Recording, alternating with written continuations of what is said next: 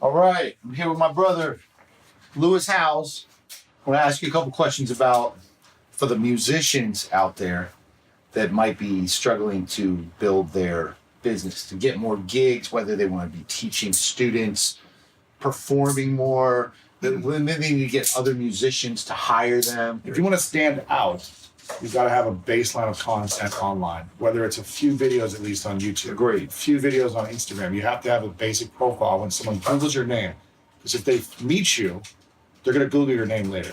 So if you don't have that, you're out of sight, out of mind. They want to see something where they can be like, oh my gosh, I need that person. But with social media, if you're just in the studio playing or in your room playing and showcasing it and putting it out there and building a community of followers and reaching out to maybe not other drummers, but to other the singers or the songwriters or the producers, you want to attract that audience, not necessarily other people in your niche. To get more gigs specifically, I think branding is the key and differentiating yourself from anyone else who's plays the instrument that you play. But when you say branding yourself, what does that mean?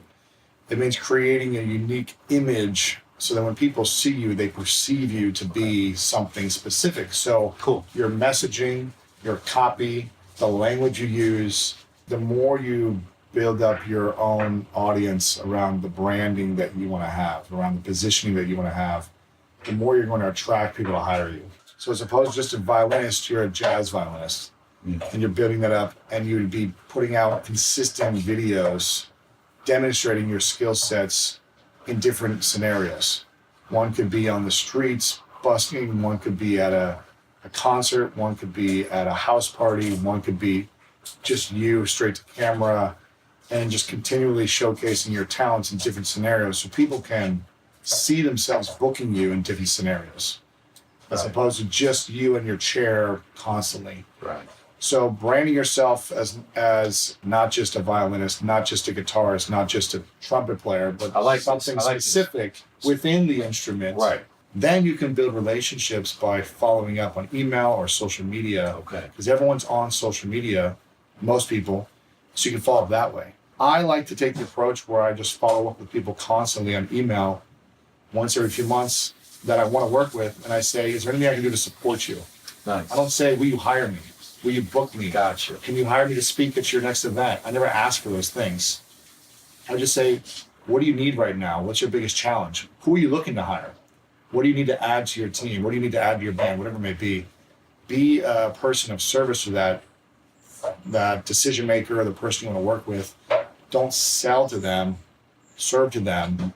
Their biggest challenge. They may not need a drummer right now, Right.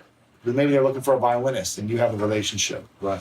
So don't shove something down their throat.